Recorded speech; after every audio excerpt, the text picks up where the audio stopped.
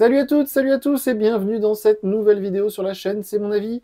J'ai passé quelques jours en compagnie du tout nouveau Xiaomi 14T Pro, un smartphone qui est assez cher puisque son prix officiel lors du lancement il y a un mois c'était 899 €. En ce moment on le trouve à 799 €, donc pour pas dire 800 € avec la Xiaomi Watch 2 offerte. Vous pouvez retrouver le test et le déballage de cette montre connectée sur notre chaîne secondaire, c'est mon avis 2. J'ai plein de choses à vous dire à propos de ce smartphone, on se retrouve tout de suite après le jingle.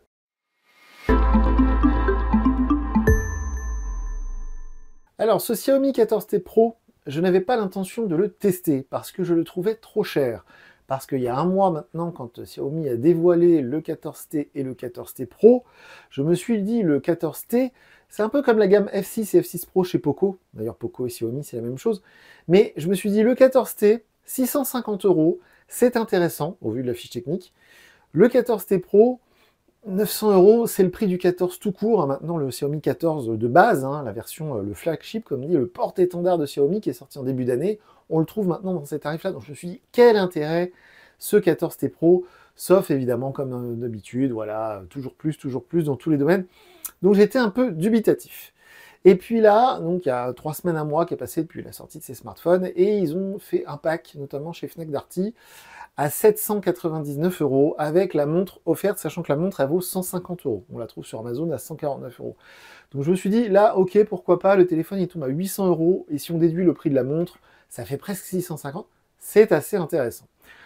Bon, alors maintenant que j'ai passé plusieurs jours en sa compagnie, qu'est-ce que ça vaut? Est-ce que c'est intéressant?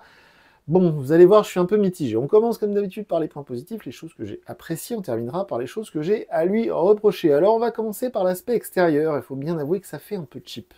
Enfin moi, je sais que vous allez mettre la coque, voilà. Mais rien que l'arrière, je suis pas très fan, et surtout c'est exactement pour moi le même objet que le 14T tout court. Je ne vois aucune différence, donc c'est assez difficile pour moi de justifier rien que sur l'objet en lui-même. Si quelqu'un me met ce smartphone dans les mains, je me dis pas tout de suite c'est un téléphone à 900 €. Je me dis c'est un super Redmi Note 13 ou c'est peut-être un Redmi Note 14 qui va venir d'ici quelques semaines, mais je me dis pas waouh, c'est le super haut de gamme de chez Xiaomi. Donc ça déjà ça me gêne un petit peu. Après bon, c'est bien construit, c'est bien fini. Bon, c'est un peu grand, un peu lourd, ça j'y reviendrai après. Bon, c'est du Xiaomi, rien de nouveau sous le soleil. On a le petit bouton ici, c'est assez intelligent, qui est strié. Parce que ça, c'est vrai que quand les fabricants de smartphones, Google fait pareil avec le Pixel 9 par exemple, ils mettent le bouton du volume et le bouton veille là sur la même tranche. Je trouve ça un peu gênant parce que dans la poche par exemple, ou quand il fait nuit, on ne distingue pas voilà, lequel est lequel. Là au moins il est strié. C'est un petit détail, mais je me suis dit c'est plutôt cool. Donc bon, après sur l'aspect extérieur, l'objet en lui-même, il y a des gros capteurs photo. Bon voilà, c'est un Xiaomi qui fait, on va dire, classique dans le standard de leur identité visuelle, voilà, on va dire comme ça. L'écran est très beau, 144 Hz, AMOLED, un taux de PPI élevé, c'est magnifique, c'est super fluide, il est gigantesque, on a très grands écrans maintenant. Alors, j'ai pas trouvé d'infos concernant l'éventuel traitement anti-rayures, anti-casse, Gorilla Glass. Il y avait un film protecteur préappliqué. Est-ce que Xiaomi, il commence à nous faire un peu du Honor et à dire pop, vous inquiétez pas, l'écran il est traité anti-rayures, mais on vous dit pas par quelle société c'est fait. Et puis de toute manière, ils savent très bien que 99,9% des gens mettent des verres trempés, des gels. Il n'y a qu'à voir les gens qui achètent des iPhone 16 Pro ou 16 Pro Max. Apple, ils sont tellement fiers avec leur Ceramic Shield. Et honnêtement, il y a plein de vidéos sur Internet qui prouvent à quel point c'est costaud, c'est solide, c'est résistant. Et pourtant, on ne voit pas un seul propriétaire d'iPhone 16 ou 16 Pro Max qui ne met pas un gel ou un verre trempé là-dessus. Donc bon, je comprends Xiaomi et Honor qui commencent à dire on va faire des économies, on va arrêter de faire traiter nos écrans chez Gorilla Glass qui prend de l'argent évidemment. Bon bref, donc très bel écran. Au niveau des performances, alors là on rentre dans le vif du sujet. Comme d'habitude, sous la vidéo, je vous mets le lien vers le tableau de bord, c'est mon avis. Vous pourrez aller voir par vous-même les résultats des benchmarks que j'ai obtenus avec Geekbench 6. Et alors là, c'est très intéressant parce que c'est une puce MediaTek Dimensity, et c'est sans doute la plus puissante actuellement des puces qui est disponible chez MediaTek. Alors, pour rappel, MediaTek et Qualcomm, c'est un peu comme Intel et AMD, c'est les concurrents. Donc Qualcomm, c'est américain, MediaTek, c'est taïwanais.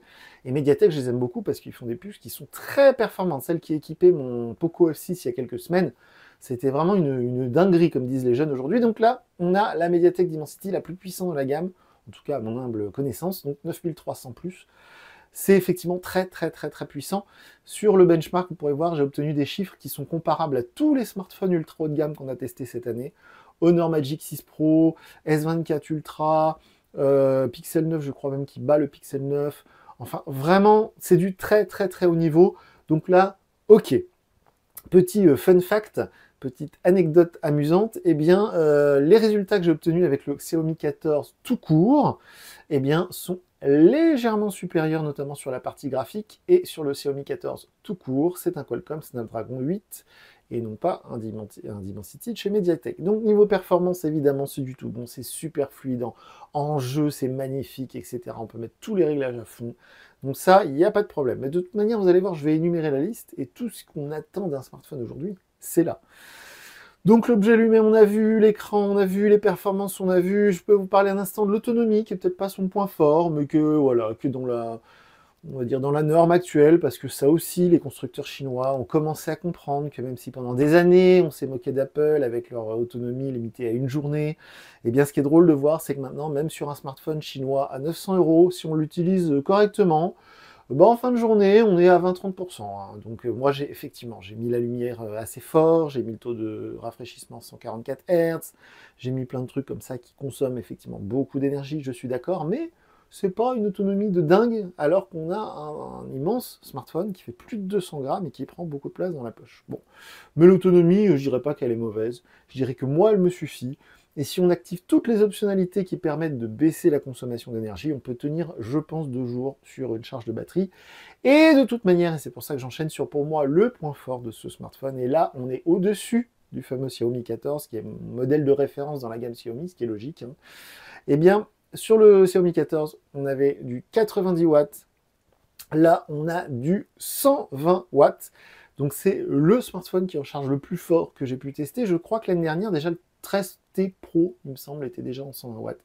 On avait déjà eu du 120 watts sur la chaîne, mais voilà. Pour l'instant, j'ai jamais testé un smartphone qui charge plus fort que ça. Alors, il faut bien comprendre qu'avec un chargeur 120 watts, je vous mettrai le lien sous la vidéo parce que le chargeur n'est pas fourni à 900 €. Donc ça aussi, hein, c'est un peu comme l'autonomie. Il y a quelques années, on se moquait allègrement d'Apple qui enlevait les chargeurs des boîtes. Aujourd'hui, on achète du smartphone chinois à 900 balles et on n'a pas de chargeur non plus. Et donc avec le chargeur officiel Xiaomi 120 watts et le câble fourni dans la boîte, j'ai pu mesurer 30% en 5 minutes de charge. C'est démentiel, en 10 minutes on prend 60%, en allez, un quart d'heure on fait quasiment le 0 à 100%. Ça charge très fort, ça chauffe, ça chauffe. Ça, oui, ça chauffe, effectivement. D'ailleurs, c'est assez drôle de voir qu'on nous propose une charge 120 watts. C'est un argument marketing. Mais de base, c'est désactivé dans les menus. Donc, il faut cliquer sur charge accélérée pour débloquer le potentiel de charge. Et quand on branche le chargeur 120 watts, on a un message qui nous dit « Arrêtez de charger si fort votre téléphone, ça va chauffer, éteignez votre écran. » Genre, en gros, on vous propose le 120 watts, mais ne le faites pas. Donc ça, je trouve ça assez drôle. Donc voilà, pour moi, par contre, hein, de mon point de vue à moi, qui ne garde pas un smartphone 10 ans, je me fiche de savoir si ça endommage la batterie sur le long terme. Je trouve ça trop cool de pouvoir charger son téléphone de 0 à 100% en 20 minutes. Ça, je trouve ça génial. Voilà. Donc au niveau des perfs, on a vu, donc évidemment il est étanche, il est certifié IP68, Dieu merci à ce prix-là. Évidemment, la 5G, ça marche très bien. Le débit que j'ai obtenu, parce qu'il fait Wi-Fi 7, le débit que j'ai obtenu avec Speedtest sur ma Freebox Ultra, qui elle aussi fait Wi-Fi 7 fibré, eh bien j'ai obtenu un meilleur débit en Speedtest avec ce smartphone qu'avec mon iPhone 16 Pro. Donc ça, voilà, ça envoie du lourd, ça marche très bien. Évidemment, le NFC sans contact, ça marche très bien. Évidemment, le Bluetooth, tout marche très bien. Aucun problème. Les appels, tout ça, tout ça. Et là, par contre, on approche d'un truc assez sensible, évidemment, la partie photo, parce qu'en plus de ça, partout, Xiaomi nous dit développer avec Leica, développer avec Leica.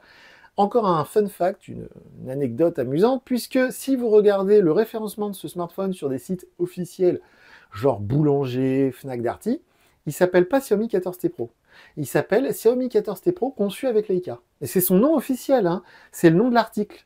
C'est pas dans les caractéristiques techniques, c'est le nom du produit. Donc on vous marque ça, et après on vous marque 512 Go, etc. Ça, c'est la première fois que je vois ça, je trouvais ça assez drôle. Donc, alors les photos, comme d'habitude sous la vidéo, je vous partage ma galerie Google Photos, vous pourrez aller voir par vous-même les photos. Oui, les photos, bon. J'ai eu le même sentiment qu'avec le Xiaomi 14. Donc je vous rappelle, un Xiaomi 14, c'est sorti en début d'année, je l'ai testé, c'était du verre et du métal, très bel objet qui coûtait plus de 1000 € à l'époque. Donc j'ai eu le même sentiment, c'est-à-dire qu'on a un potentiel photo qui effectivement est très fort. Hein, on a des lentilles de très bonne qualité, donc effectivement des lentilles Leica, machin, bidule, le traitement Leica, ok. Donc on a un potentiel photo qui est très fort. Mais ce que je reproche un petit peu, c'est que pour avoir une très très belle photo, soit faut s'y reprendre en plusieurs fois, ou soit faut aller dans les réglages pro, les machins, régler le truc, le bidule, voilà, on a beaucoup de réglages possibles. On a la petite étiquette Leica à chaque fois, style authentique, là, pour faire un mode, voilà, ça. Certains vont dire que c'est des filtres, mais chez Xiaomi, ils vont dire non, non, non, non, non, c'est pas des filtres. Donc, je pense qu'il y a un potentiel photo, effectivement, qui est très fort. Si vous êtes un photographe dans l'âme, il y a de quoi, je pense, beaucoup vous amuser avec un appareil comme ça. Mais pour le commun des mortels, des gens comme moi qui prennent en photo leurs enfants, leurs animaux, la liste de courses, des plats, des machins, des conneries, bah honnêtement, ma compagne avec son iPhone 16 là, qui coûte quasiment le même prix, à 70 € près, fait de bien meilleures photos quoi. C'est au quotidien, vraiment des photos de l'instant T, on clique, on ouvre, on prend la photo, je vous dis une liste de courses, un machin, un truc rigolo, un insecte, un demi. Bah ouais, bon, c'est des photos de smartphone, voilà. Je dis pas que c'est de mauvaises photos, je dis qu'ils mettent ça en avant comme si c'était une révolution. J'ai pas du tout ressenti cette révolution. Pour vous donner un exemple, si vous avez les moyens, en ce moment, on peut choper du Honor Magic 6 Pro dans les mêmes tarifs, parce que le Honor Magic 6 Pro, ils en ont vendu très peu, donc il est brade. Et le potentiel photo et même le ressenti photo à l'instant T sur un Honor Magic 6 Pro, je l'ai trouvé plus intéressant. Et bien évidemment, sur un S24 Ultra chez Samsung, je trouve que les photos sont bien meilleures. Sur un Google Pixel 9 aussi. Donc vous voyez, voilà, est-ce que c'est vraiment ça qu'il fallait mettre en avant? Bon, c'est pas très grave, je le mets quand même dans la liste des plus, parce que bien évidemment, si c'était un téléphone qu'on m'avait donné, ou si je le chopais genre à 500 balles au lieu de 900, je vous dirais les photos sont dingues. Ok. Alors en intérieur, dernière chose sur les photos, vous verrez en intérieur, ce qui est drôle, parce que en ce moment, Xiaomi, ils mettent le paquet. J'ai vu de la pub à la télé, j'ai vu de la pub sur Internet, sur mes flux de réseaux sociaux. Et ce qui est mis en avant sur ce modèle en particulier, c'est les photos dans la sombritude. Vous voyez, je n'arrive pas à retrouver le mot, mais quand il fait sombre, voilà, en intérieur, en l'occurrence, en ce moment il pleut, il fait pas beau, mais en intérieur, genre un truc très dur à faire avec un smartphone aujourd'hui, c'est quand vous êtes dans une salle de cinéma, c'est les bandes annonces et vous voulez prendre une photo de la salle pour dire à vos amis, regardez, je suis en train d'attendre pour aller voir le film un tel bidule. Eh ben, c'est très difficile. J'ai pris des photos en intérieur ici chez moi avec mon chat, et les photos sont sombres, sont très sombres. Alors elles sont nettes, elles sont pas floues, parce que c'est ça qui est recherché en ce moment sur les fabricants de smartphones quand on prend des photos en intérieur, et c'est en ça que Google avec les pixels a fait très fort, et que Apple maîtrise ça depuis de nombreuses années maintenant, c'est faire une photo en intérieur, genre dans le canapé, à table ou dans votre cuisine, peu de lumière, une photo nette. Ça c'est difficile, ça y arrive. Mais vous verrez que la photo manque un peu de luminosité. Donc bref, c'était ma parenthèse photo. Donc vous voyez, tout est plutôt positif si on s'arrête là. Super performance, immense et très bel écran, potentiel photo très fort, effectivement, la recharge 120 watts, autonomie pas un record mais correct. Après, bon, étanchéité, tout ça, Wi-Fi 7, ok. Donc là, si on arrête là, effectivement, c'est un 10 sur 10, c'est tout ce qu'on cherche dans un smartphone récent, moderne, actuel. Sauf qu'il y a beaucoup de concurrence à ce prix, on va y revenir dans un instant, et surtout, il y a quelques défauts pour moi. Déjà, il est trop grand, il est trop lourd. Alors je sais que beaucoup s'en fichent complètement. C'est pour ça d'ailleurs que les constructeurs le font. Hein. On est à 210 grammes sans la coque. C'est très grand, hein, c'est un grand format. Donc si vous passez votre temps à jouer à des jeux ou à regarder des films ou des séries, l'écran, vous allez vous dire « Waouh, c'est génial !» Mais si comme moi, votre smartphone, il sert surtout à faire des réseaux sociaux, à faire des trucs du quotidien, lire des mails, envoyer des messages, tout ça, est-ce que j'ai vraiment besoin d'un écran si grand? Est-ce que j'ai vraiment besoin d'un smartphone si lourd? Le Xiaomi 14T standard, donc à 650 €, qui est sorti en même temps que celui-ci, honnêtement, j'ai pas ressenti de moins bonnes photos, j'ai pas ressenti de moins bonnes performances, même si les benchmarks le prouvent. J'ai pas ressenti, vous voyez, on perd pas grand-chose à passer sur le 14T standard, sauf qu'on gagne en poids. On gagne 15 grammes quasiment sur le 14T standard. Donc du coup, voilà, sur ce 14T Pro, donc j'ai pas parlé effectivement sur la partie photo, et je pense que c'est à cause de ça qu'il est beaucoup plus lourd, c'est qu'on a un téléphoto x10, donc voilà, on a des lentilles qui pèsent très lourd, on a tout un module photo qui pèse très lourd.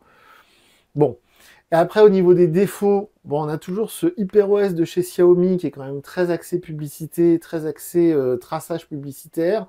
quand on achète du Xiaomi, on le sait. Mais encore une fois, quand je déballe un téléphone à 900 €, je rappelle son prix officiel, 899 €, et que je me retrouve avec 20 ou 30 applications sponsorisées à désinstaller des jeux, voilà, ça c'est toujours un peu agaçant.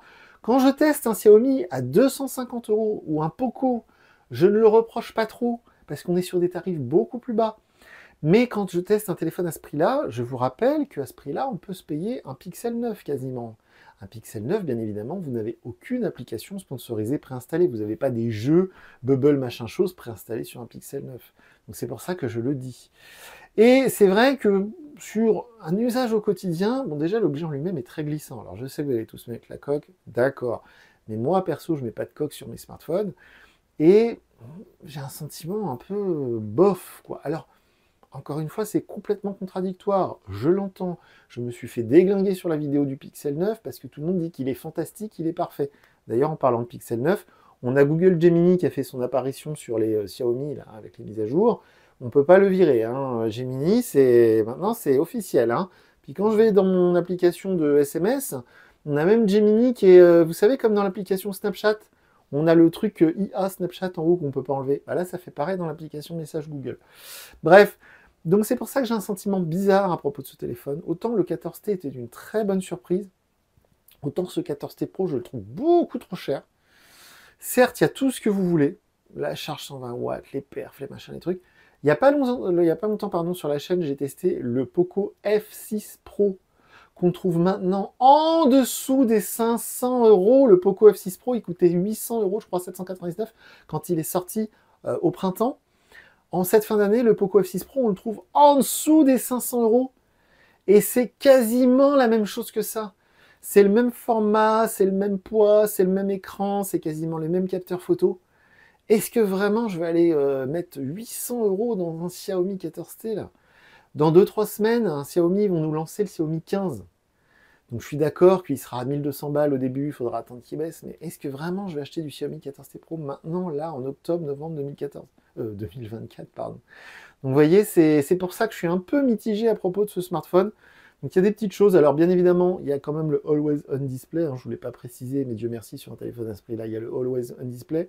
Par contre, je l'avais déjà dit dans le test du 14T tout court, le Always On Display se désactive automatiquement la nuit, je ne sais pas pourquoi, et c'est un peu con, parce que moi, le Always On Display, je m'en sers surtout pour radio réveil. La nuit, on se réveille, on jette un coup d'œil sur la table de nuit, on voit l'heure qu'il est. Bon bah là, il faut tendre le bras, il faut appuyer sur l'écran, du coup, je vois pas trop l'intérêt d'avoir un Always On Display. Bref, c'est pas très grave, c'est du petit détail. Mais voyez, je suis très mitigé sur ce téléphone. Si ça vous intéresse quand même, j'ai fait une vidéo sur la chaîne C'est Mon Avis 2, la chaîne secondaire, où je vous parle de l'écosystème Xiaomi. Je cherche mes oreillettes, elles sont là. Parce que j'ai passé plusieurs jours avec que du Xiaomi. La montre, le smartphone, on va dire, qui se fait mieux actuellement chez Xiaomi. Si vous allez voir un représentant Xiaomi France, vous lui dites votre meilleur smartphone là maintenant, c'est peut-être celui-ci dont il va vous parler. Et les oreillettes Redmi Buds 5 Pro, qui sont excellentes, enfin, pour le prix en tout cas, hein, qui sont vraiment bien, parce qu'on les trouve à 69 € sur Amazon. Et ça vaut largement les Moto Buds Plus à 150 € que j'ai testé la semaine dernière. Donc voilà. Donc l'écosystème Xiaomi, au moins c'est une de leurs forces. Et puis c'est sérieux, l'interface est quand même bien. Moi j'aime bien HyperOS parce qu'il y a beaucoup de réglages de personnalisation. Voilà. C'est stable, il y a des mises à jour, et puis Xiaomi c'est sérieux, puis il n'y a rien qui est mal traduit, puis c'est... J'aime bien parce que souvent les gens comparent Xiaomi Poco, ils comparent ça à Honor, et je pense qu'ils n'ont pas idée à quel point il y a une différence maintenant entre Xiaomi et Honor, ce n'est absolument plus comparable. Honor, c'est un petit fabricant artisanal qui vend quelques unités par mois, ils sont très contents quand ils vendent un Honor Magic 6 Pro, ils font une fête dans les bureaux, enfin, il faut bien se rendre compte de la différence qu'il y a maintenant de moyens et de volume de vente qui est absolument abyssal entre les deux constructeurs, ça faut vraiment le prendre en compte. Chez nous en France, il n'y a plus Oppo, Oppo c'est fini, ils sont partis, donc il faut arrêter de me parler de Oppo. Donc maintenant, Xiaomi joue dans la cour des grands, leur seul concurrent, c'est Samsung, c'est Google, c'est OnePlus. Dernière chose avant de vous quitter, le OnePlus 12, on le trouve parfois maintenant moins cher sur certains sites que ce Xiaomi 14T Pro. Si vous comparez avec le OnePlus 12, il y a beaucoup de choses qui vont dans le sens du OnePlus 12. Donc moi, j'aime pas du tout leur interface qu'ils continuent à appeler OxygenOS. C'est plus OxygenOS, c'est ColorOS chez OnePlus, que je trouve nul. Donc je préfère HyperOS chez Xiaomi. Mais vous voyez, voilà, c'est pour ça que je vous dis ce 14T Pro, là, le problème, c'est que quand on a les moyens d'acheter ce genre de... Il y a vraiment beaucoup de choix. Donc, comme d'habitude, si vous n'êtes pas d'accord, n'hésitez pas à le dire dans les commentaires. Je suis ouvert à la critique. Et surtout, j'ai oublié de vous dire que si je devais lui donner une note sur 10, c'est très difficile parce que d'un côté, si vous achetez le pack d'Artifnac 800 € avec la montre offerte, c'est quand même une bonne affaire. C'est un bon smartphone que je trouve trop grand, trop lourd, certes, mais c'est un bon smartphone. Vous ferez des super photos, des super vidéos. Il filme en 4K, il filme en 4K 60 images secondes et en 8K également. Donc oui, d'accord. Donc si c'est sous cet angle-là, c'est 8 sur 10. C'est un très bon smartphone, bien évidemment. De l'autre côté, si vous l'avez acheté avant tout ça à 899 €, déjà vous avez le droit de regretter de vous être jeté dessus. C'est très cher, c'est trop cher. Et à 899 €, je vous conseille plein d'autres trucs que ça. Beaucoup mieux. Beaucoup mieux, ou en tout cas, que je trouve plus agréable au quotidien, plus polyvalent, plus, vous voyez. Bon, vous avez compris, je suis pas fan. Voilà, un bon smartphone, mais qui me laisse une impression bizarre. Et donc, à son prix officiel de 899 €, c'est 7 sur 10, pas mieux. Voilà, drôle de téléphone, sensation étrange, pas super agréable à utiliser parce que très lourd. Encore une fois, je sais que je bloque là-dessus, mais c'est tout bête. Mais regardez, j'ai pas des mains d'enfant et c'est très grand. Hein. Je sais pas comment vous faites, et des grands téléphones. Je vois les gens avec des iPhone 16 Pro Max, 15 Pro Max, des immenses trucs dans la poche là avec les coques. Je sais pas comment vous faites. Donc voilà, drôle de sensation. Et puis bon, bah, le lecteur d'empreintes, ça marche bien. J'ai oublié de vous le dire. C'est le genre de truc maintenant, on n'y pense même plus.